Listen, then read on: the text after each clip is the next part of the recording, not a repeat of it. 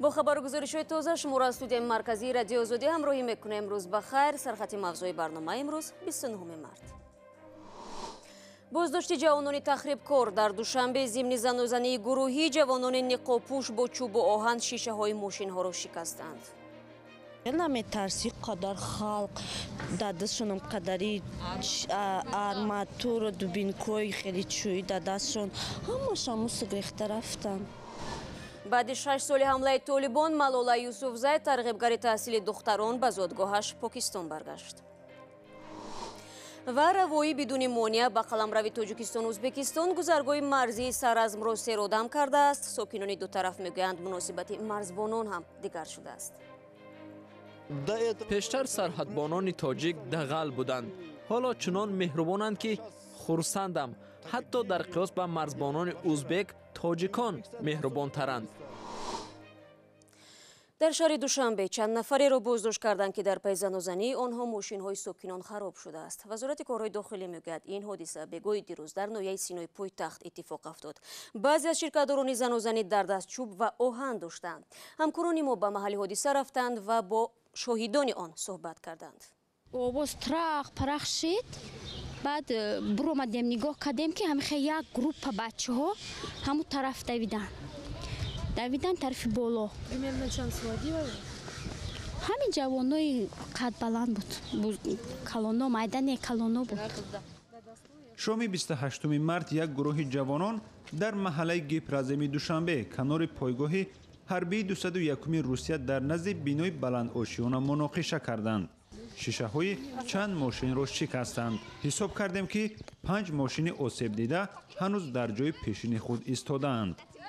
شاهدان میگویند بعضی از جوانان حمله‌گر رویهای خود را با نقاب‌های طبی پوشانده بودند و به جوانان محله که در کوچه و میدانچه ورزشی بودند حمله کردند. در دستاشون هم چی بود؟ آهن، پوهن، چوب چیزی داشتن هم در دستاشون هم چی بود؟ با من امشب خونه کردم پون فقط در کده ایسو بینیر و دست پون بخدا. خیلی نمی‌ترسی قدر خلق دستشون قدری آرماتور دوبینکوی خیلی چوی دستشون همشون گریخته رفتن. با گفته ساکنان شمار جوانان حمله‌گر بیشتر از 50 نفر بوده است. هرچند ساکنان مقصد حمله جوانان را نفهمیدند. میگویند حس بدبینی به محله و ساکنانش را داشتند. بعضی شاهدان حادثه شنیدند که حمله‌گران شعارهای نسبت بچه‌های گیپروزم را تکرار می‌کردند. دیدم که 60-70 نفر حساب شون که همین طرف برو اومدن. نیمش این طرف آرماتور هم خیلی چوبونم خیلی چی انکو چوب بقلد آهن دوبینم خیلی همه چیز دیدن در دستشون. مقامات کارهای داخلی میگوید که بعد چند لحظه به جای حادثه حاضر شده چند نفر را در رابطه با زنازنی بازداشت کردند. از این جوانان تا حال نام برده نشده است، ولی مقامات تایید کردند که این گروه مکتبخوان و دانشجویان بودند. شادمان یتیم، نیسار رسولова، آزادی دوشنبه. روز گذشته ده مسافر شرکت اورالسکی اویالینی نتوانستند از فرودگاه خوجند به مسکو و یکاترینبورگ پرواز نمایند. تقدیر بعضی از خطرهای دیگر نیز هنوز ناروشن باقی میمونند. مسئولان شرکت اورالسکی اویالینی به مسافران انتظار پرواز گفتند که به تأخیر با عیب این شرکت نیست و باید آنها از مقامات تاجیک دامنگیر باشند. میرزا نبی خالقزاد با جزئیات این موضوع.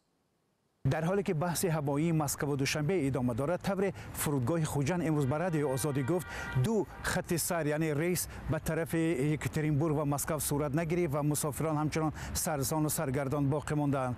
در عین زمان طوری که نماینده اورالسکی اویالینی روسیه امروز به رادیو آزادی اطلاع داد، از طرف مسکو باید به طرف خوجند 3 ریس دیگر باید صورت میگرفت، ولی این پروازها عملی نشدند و همچنان باعث هنوزم سرسانی و سرگردانی مسافران در تالارهای انتظار فرودگاه‌های این دو شهر باقی مانده است.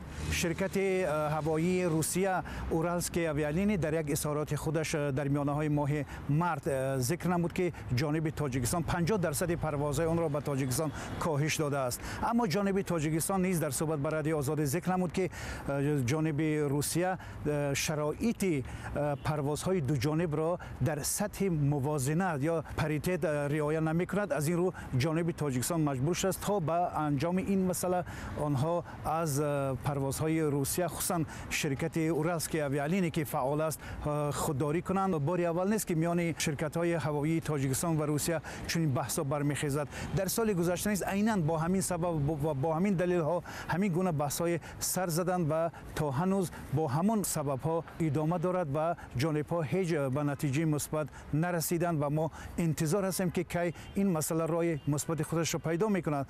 از ضمناً امروز انتظار می رود که یکی از خط سیرهای خوجند چلم صورت بگیرد، ولی هنوز معلوم نیست که آیا این پرواز صورت میگیرد یا نه و در هر حالت ما شما را بینندگان از در جریان خواهیم گذاشت. тавре мирзонабӣ хулуқзод гуфт ҳамкорони мо дар душанбе ин мавзӯъро пайгирӣ доранд. хуб, интизор мешавем ва бароятон ҳатман хабар медиҳем. рӯ меорем ба мавзӯъҳои дигар. ҷани ҷосуси собиқи рус мегӯяд табибон ба шифо ёфтани Сергей Скрипал ва духтараш Юлия зиёд эътимод надоранд. рӯзи 28 март Виктория Скрипал дар суҳбат бо хабаргузории BBC гуфт пешбинии табибон хушҳолкунанда нест. ба қавли ин хонум, табибон шонси муолиҷаи Скрипал аз ҳамла бо гази фалаҷкунандаи асаб 1% аст ва агар табибон ҳаёти Скрипал ва духтарашро наҷот диҳанд ҳам ин ду нафар то абад маъюб хоҳанд монд. дар бораи ин пулиси Британия низ изҳорот паш кардааст. рӯзи чаҳоршанбе идораи полиси зидди террористии Британия иттилоъ дод ки собиқ ҷосуси Русия ва Британия Сергей Скрипал бо гази фалаҷкунандаи асаб дар назди даромадгоҳи манзили зисташ заҳролуд шудааст. Дин Ҳайдон, ҳамоҳангсози миллии мубориза бо терроризм дар Британия гуфт ба ақидаи онҳо бори аввал Скрипал дар даромадгоҳи манзилаш бо маводи фалаҷкунандаи асаб тамос дошт. ин аввалин ҳодисаи истифодаи силоҳи кимиёӣ пас аз ҷанги дуюми ҷаҳонӣ дар қаламравии Аврупо мебошад. Британия Владимир Путин президенти Русияро масъули суиқасд ба ҷони Скрипал унвон додааст. мамолики ғарбӣ пас аз ошкор шудани ин қазия 130 дипломати русро ихроҷ карданд. русия даст доштанаш дар ҳамла ба Скрипалро рад карда исрор меварзад ки хадамоти махфии Британия бо ҳадафи барангехтани иғво бар зидди Русия аз гази кимиёии новичок ки дар замони шӯравӣ тавлид шудааст кор гирифтаанд. Скрипали 66 сола ва духтари 36 солааш Юлия рӯзи 4 марти имсол дар ҳолати беҳушӣ дар канори фурӯшгоҳи шаҳри англисии Солсбери ёфт шуданд. як додраси Британия мегӯяд ба эҳтимоли зиёд мағзи сари Скрипал ва духтараш шифо намеёбад. тафтиши қазия идома дорад ва полис мегӯяд ки манзили зисти Скрипал дар маркази таваҷҷӯҳи муфаттишон аст. Сергей Скрипал соли 2004 бо ҷурми ҷосусӣ ба фоидаи Британия дар Русия зиндонӣ шуд. соли 2010 ӯро бо агентҳои рус ки Амрико боздошт карда буд иваз намуданд. барномаро идома медиҳем. Малола Юсуфзай, духтаре аз водии ошӯбзадаи Своти Покистон ки ба як ҳомии шинохтаи ҳуқуқ дар арсаи ҷаҳонӣ табдил шудааст, баъд аз чанд сол ба зодгоҳаш баргашт. Малола ки ҳамеша ҷонибдори таҳсили духтарон дар Покистон буд, дар 20 соли умраш як зиндагии пуршӯреро аллакай таҷриба кардааст, аммо ӯ мегӯяд бо вуҷуди мушкилот ҳаргиз аз роҳе ки интихоб намудааст пушаймон нест. Хиромон Бақозода дар ин бора гузориш медиҳад. барандаи ҷоизаи Нобел ва як тарғибгари таҳсили духтарон Малола Юсуфзай баъди он ки 6 соли пеш аз тири туфанги толибон маҷрӯҳ шуд, тоза 29 март ба ватанаш Покистон баргашт. ҳамлаи толибон ба Малола посух ба таблиғи мактабу таҳсили духтарҳо дар Покистон. соли 2014 ва дар 17-солагӣ Малола Юсуфзай ҷавонтарин барандаи ҷоизаи сулҳи Нобел шуд ки барои тарғиби таҳсилу маъриф ба мӯътабартарин ҷоиза дар ҷаҳон мушарраф шуд. ҳоло ӯ 20 сол дорад ва баъди ҳамлаи соли 2012 бори аввал аст ки ба Покистон меравад.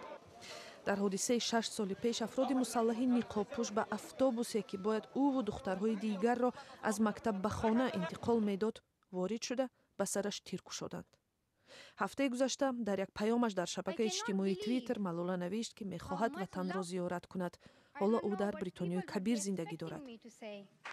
Let us pick up our books and our pens. иҷоза диҳед ки бигирем, иҷоза диҳед ки китобу қаламҳои худро бигирем. ин силоҳҳои қавитарини мо аст. як кӯдак, як омӯзгор, як китоб ва як қалам метавонад дунёро дигар кунад.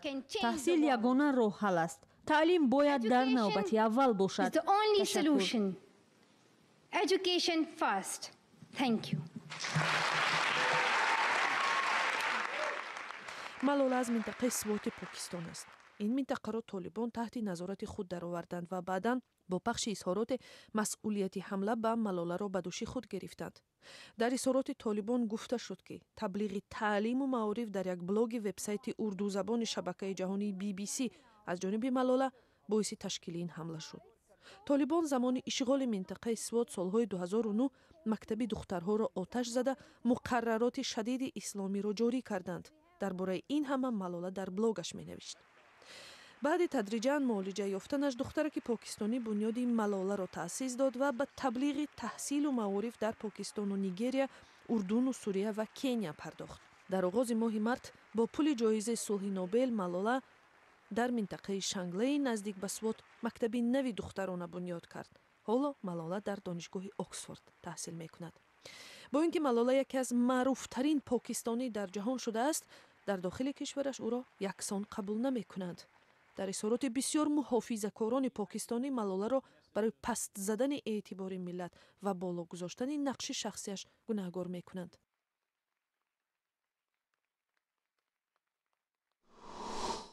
бармегардем ба тоҷикистон. баробари боз шудани гузаргоҳҳои марзии миёни тоҷикистону ӯзбекистон хоҳишмандони сафар ба қаламрави якдигар аз ҳисоби шаҳрвандони ду кишвар якбора боло рафт.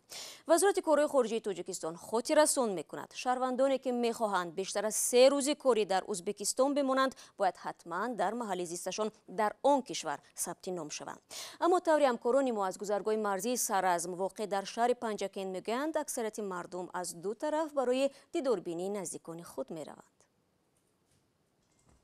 معمولا روزهای بعد از نرمشوی مناسبات سیاسی ازبکان و تاجیک‌ها گذرگاه مرزی سرازم واقع در حدود ناحیه پنجکند سیر آدم است. تا وقتی که ویزا بود رفت آمد شهروندان کم بود. بعدی که ویزا رو از بین برداشتن خیلی زیاد شده ایستاده است. مردم گروه از دو طرف مرز به عیادت خویشان می‌شتابند. کسانی هم هستند که 10 سال پدر و مادر خود را ندیدند. حالا این فرصت نرمی را میخواهند که از دست ندهند. ما نقد گذشته اومدیم. پیشتر خیم بود ویزا میکردیم چخت سرسام بودیم از طرف او رو میگذاشتیم. هازینه نقد. گذرگاه مرزی سرازم جرتپا را ازبکستان 8 سال پیش بست و رووهای ساکنان نواحی نزدیک به سرحد در این موضع مشکل گردید. ویزا گرفتن در کار اواسط تلگرام باید بیاد و اگر افراد کنی و پاسپورت سواره آچیلات ببری اتنیت پر کنی ایستو کنی چند قد داده وای بود کی بفراد همین حالا ما 20 سال و 27 سال شده اومده تلفن کرد وای کردیم حساب کتاب کرده 95 سال پدرم گذشته بود آمده بودن 95 سال هم بودن نه وای اومده نمی اومده بستن گذرگاه مرزی سرازم را مردم این نواحی به نام پرزیدنت سابق ازبکستان دیوار کریموف نامیدند. پیشتر سرحدبانان تاجیک دغل بودند. حالا چنان مهربانند که خرسندم. حتی در قیاس به مرزبانان ازبک تاجیکان مهربان ترند. امام علی رحمان و شوکت میرزیایوف رهبران تاجیکستان و ازبکستان بعد از مرگ اسلام کریموف نظرات سیاسی دو کشور را تجدید کردند. حالا که ساکنان دو طرف مرز تا 30 روز حقوق بی‌روادی در حدود هم مانده را پیدا کردند، شرایط یکدیگر را قیاس می‌کنند. تو علاف اینجا گرفتیم. اونجا نیست آخه ازبکستان. سوغاتی. آوای ما داشته گرفتیم خیلی ایرهاز گرفتیم. اونجا چند تا تاقا داره؟ یک تایی بیتیم 4 تا اینجا. چند تاقا داره؟ یک بسیاره. الکی نقطه‌های مرزی نیز به موضع جالب برای گرفتن درآمد تبدیل می‌یابد. مثلا ما که در همین خط سیر حرکت میکنیم نهایت و درآمدی نقصی ایستادیم. در دل مردم هنوز هراس هست که وضع میتواند به کلی دیگر شود. بناهن از این لحظه ها میخواهند بهره بگیرند. در واقع این شب و روز در شهر توشکند برای خریداری نسخه کتاب قرآن که در ازبکستان نشر شده است نوبت پایی طولانی به وجود آمده. این کتاب قرآن را نشریات هلال به تب رسانده است. ضمناً در دکان‌های کتابفروشی تاجیکستان نیز کتاب قرآن و نامگوی دیگر از کتاب‌های مذهبی از سوی ساکنان زیاد خریداری می‌شوند. گذشته از این هنوز چند سال قبل با سرپرستی رئیس جمهور کشور چاپ کتاب قرآن با زبان تاجیکی راه‌اندازی شده بود. اگر خواهید در این باره معلومات بگیرید با صفحه ما بروید. تشکر برای امروزی و فرداش برای انتظار.